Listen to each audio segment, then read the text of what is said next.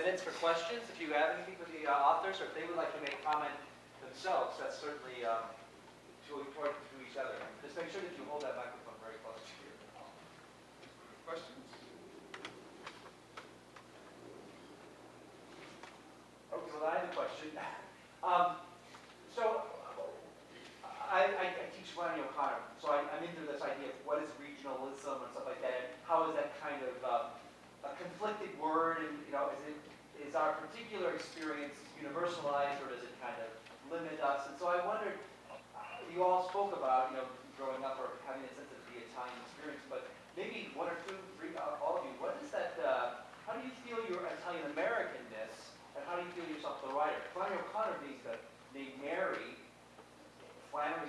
O'Connor, she said, I wanted not to be so Catholic sounding so that I could have a broader readership. And I'm just wondering, that was 1950, okay. Where do you see that now? Is that even a question that you go through as you think about yourself as the artist, as the writer?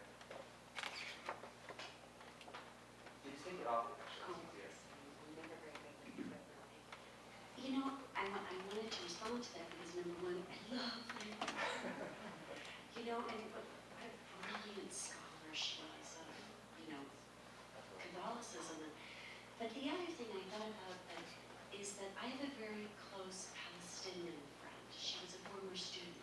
And how did we bond? Because in the Italian culture, there's such a legacy of hospitality and meal sharing. Well, that's true of Palestinian culture.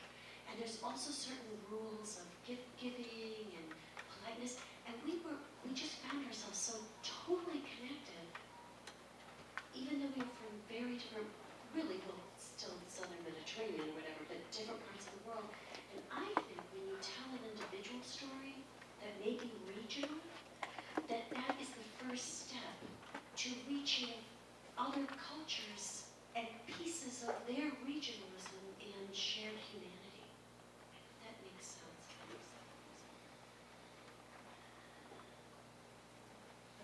And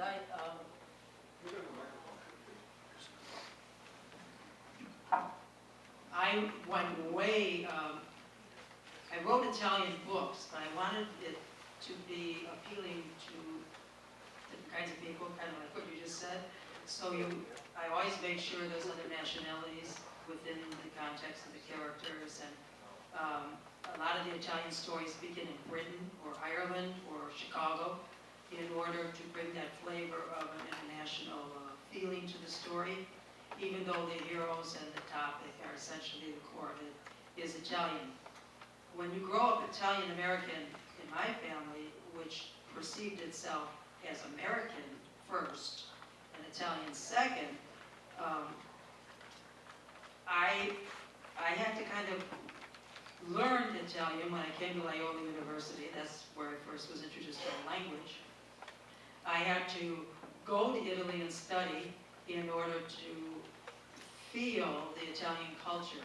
So I wanted to see the David in person, I wanted to see the Pietà in person, and so forth and so on, to get, the essence of Michelangelo, for instance, and feel what maybe he felt when he created the masterpieces and things like that.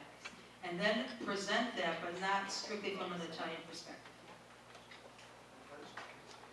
You know how you get tired of yourself? Everywhere you go, you're there. You can't even escape yourself in the bathroom. You're always there. And so sometimes you turn to writing to escape that. And what the ironic part is, you don't escape. You get down to the most primitive part of you. And I guess I don't worry about it. I just tell my story. And I think the more personal you are, the more universal you become. I think I've heard that, and I really agree with that. When I do readings, and if there's a Polish person or a Greek person, they all seem to say, that's my story too, even though it's not specifically about that culture. Yeah, I would say your question somewhat implies that we have control. I don't feel that I have control. I think that writers write what they have to, and that they realize it's bad when they try to write what they aren't supposed to. So what I tell students is write the stories that you think have to be told, write the stories that haven't been told. Toni Morrison said, write the books that you're looking for but you can't find on the shelf. I I mean, I kind of feel as a writer, I stumble around a whole lot. I have thousands of false starts. I have the beginnings of many, many, many things. I feel sort of like that character in the detective story that knocks on the walls, trying to find the secret panel. And then thump, thump, oh, there's a door behind here. That's where I'll write. So I have to spend lots of time, you know. So my own sense is it's a lot of it's just intuitive. And if Italian-American writers only wrote for Italian-Americans, these people wouldn't be here today. Italian-Americans did not support these people's work, all right? Maybe a few of you have bought the books, but I would venture to say very few of you have any of their books in. And I became a professor because I was a writer, and I wanted to make sure nobody was going to write the story that I was going to write. So I ended up reading every single thing I could about Italian-American, making sure. It was like looking for the honest man, you know, looking for somebody who was going to tell my story so I wouldn't have to tell it. And after 50 years of doing that, nobody has told my story. So now it's time for me to do that. And I think what we need to do is we need to increase the sophistication of the way we do the business of writing. And the way we can't just have these little conferences here with 50 people in a room. There should be 500 people listening to these writers. Why? Because they're all excellent writers. Why is there not? Because it's the business, it's the marketing of it.